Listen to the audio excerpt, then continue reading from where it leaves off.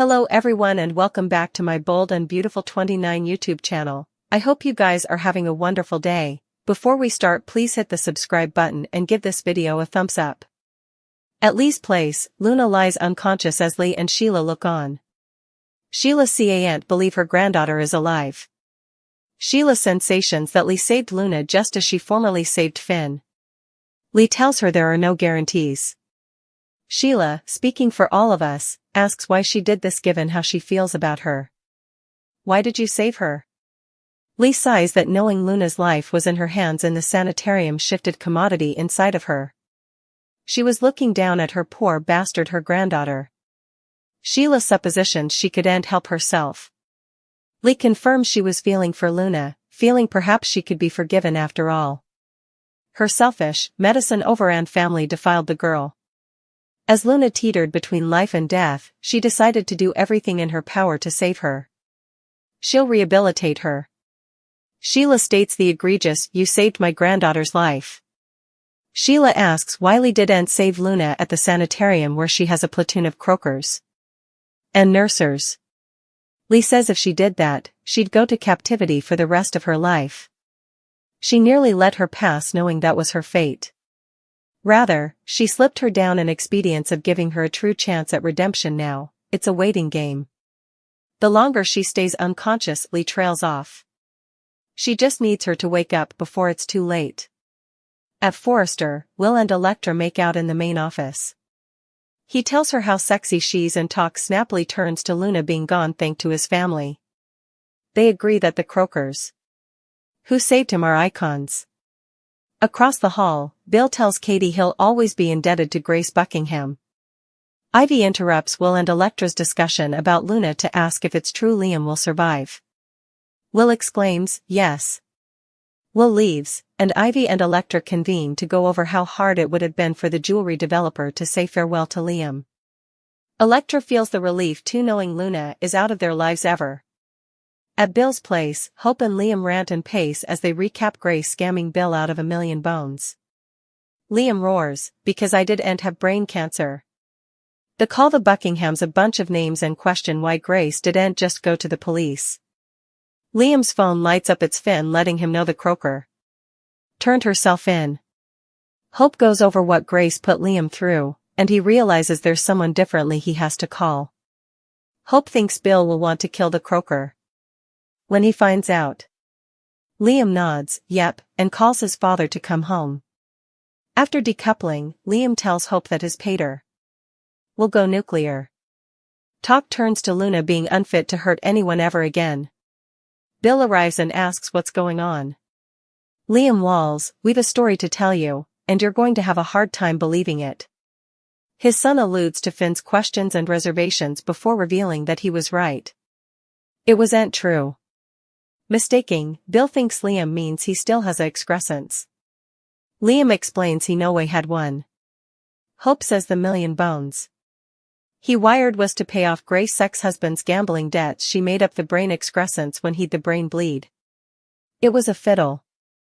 Bill rolls and becomes decreasingly agitated as they detail the pitfalls against Grace due to Reese's gambling debts.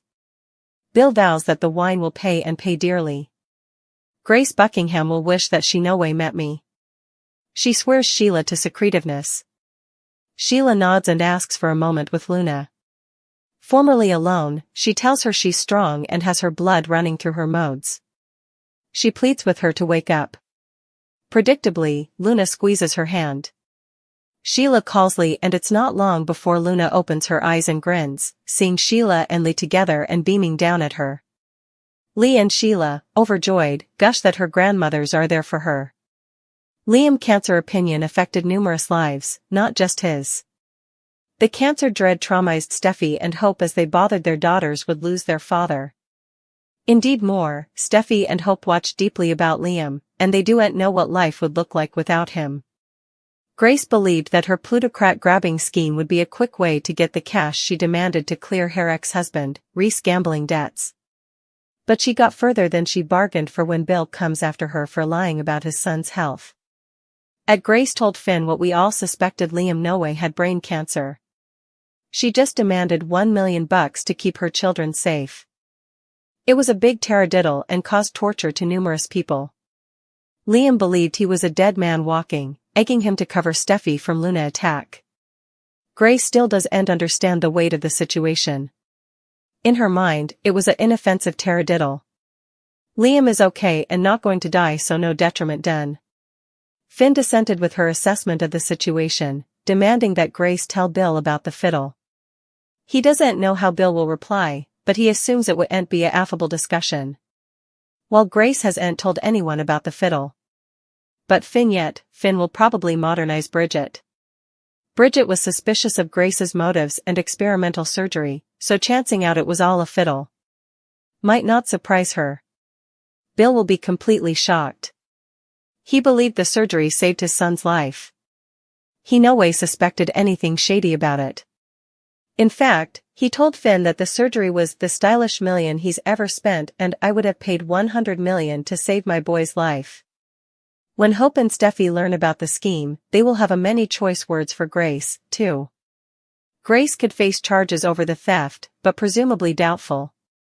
She'll presumably go on the run, leaves, and no way come back. Lee has a parlous hassle with Sheila. Finn forces Grace to tell Liam the verity. Grace tries to move Finn to keep her secret. The devious croaker tries to explain desperately.